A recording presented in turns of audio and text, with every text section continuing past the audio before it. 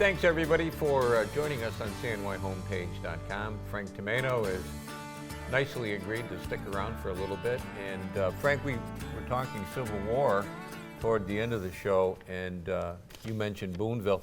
And in Boonville, they had they were looking around for a name of the regiment from Boonville, and they settled on the name of a prominent Utican. Yeah, Roscoe Conkling. Yeah. Conkling's Rifles.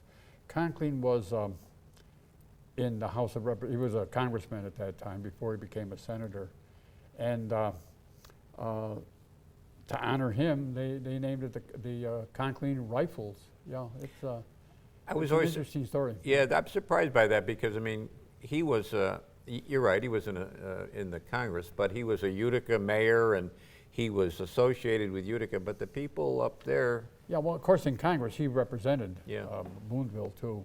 Mm-hmm. But I'm forgetting, I don't know, I'm forgetting now. There was something he did in Congress to support the Civil War veterans and to say thank you. The 97th Regiment from Boonville named it the Conkling Rifles. Yeah. I saw their monument when I was in Gettysburg, and they have done some repairs to it. It needed some repair, and they did some repair to it. But it's a monument that everybody should go to Gettysburg, I think, you know. Yeah. But that's really a good local. Well, we were talking about Major General Dan Butterfield, who co-composed TAPS. At the Battle of Gettysburg, the American general of the Union Army was General George Meade, and his I forget the name now, but you know the co-commander was Dan Butterfield from Utica. He was a chief of staff. He was General Meade's chief of staff, and even though they didn't get along, it's an interesting story. After the battle, Meade wrote to Butterfield, thanking him for what he had done. He was Butterfield was an expert on statistics. His father was John Butterfield of Stagecoach fame, you know, and so he knew how to get people, the soldiers, from one place to another.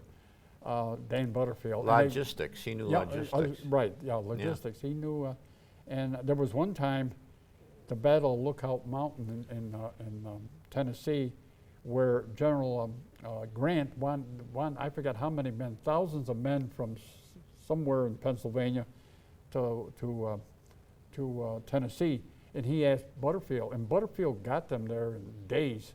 He was an expert on that, but he was chief of staff, really second in command at the Battle of Gettysburg, Dan Butterfield.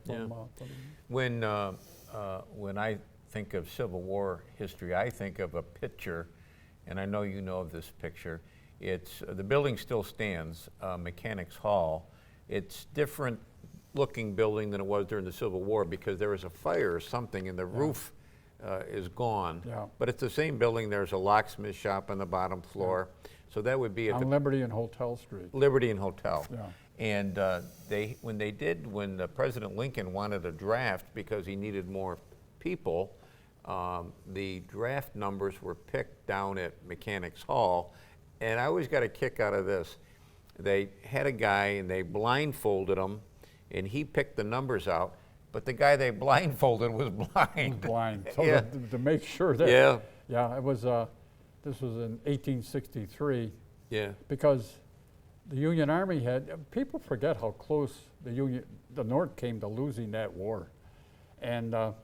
By 1863, they had run out of, the young men were not volunteering anymore. When the war first started, Northern young men thought, this will be a lark. We'll defeat those Southern farm boys, in 2 weeks.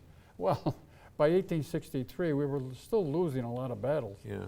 And so I believe it was the first Army draft in the history of the United States. I think that was the first of them. But it was done at Mechanics Hall, and there is a picture of a big crowd. They're on Hotel Street looking up at the window. Yeah. And I often wonder if the window still must be there, but it'd be nice. This is things that we should be teaching kids in school, I think. To get them involved. As you say, the Civil War, Oneida County and Herkimer County was really involved in Was that war. Was it the Battle of Gettysburg, Frank, that was the turning point? I mean, had they? Well, I was, you know, it was a major battle. I would say the big turning point was Atlanta. What's his name? General Sherman's march from Atlanta to Savannah, Georgia. Because people don't realize in 1864 we were losing. Lincoln was running for re-election in November 1864. The polls said he was losing. He was going to lose, and his opponent was General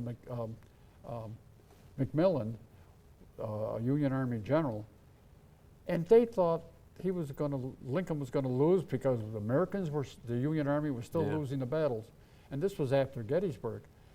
But when Sherman began his march and conquered Atlanta, and the movie Gone with the Wind is all about that, Lincoln won, and Lincoln always credited that battle for convincing the people, well, now the Union Army is beginning to win. Yeah, I was thinking when I was... But Gettysburg was important. Yeah. When I was at Gettysburg, I was thinking, geez, look how far north, you know, the Confederates got. I mean, here you are in Pennsylvania. They got all this way. Well, if you were living in Oneida, if you were living in Utica or any place in Oneida, Herkimer County, and the Confederate, you know, I've driven to Gettysburg many times.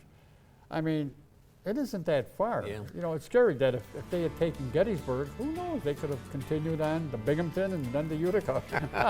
Frank, thanks for coming in. No Appreciate it. Always fun talking with you. Yeah. Well, that's going to do it for us. Thanks for joining us on CNYHomepage.com. It's a little extra that we do every week. Until next time, take care of yourself, everybody.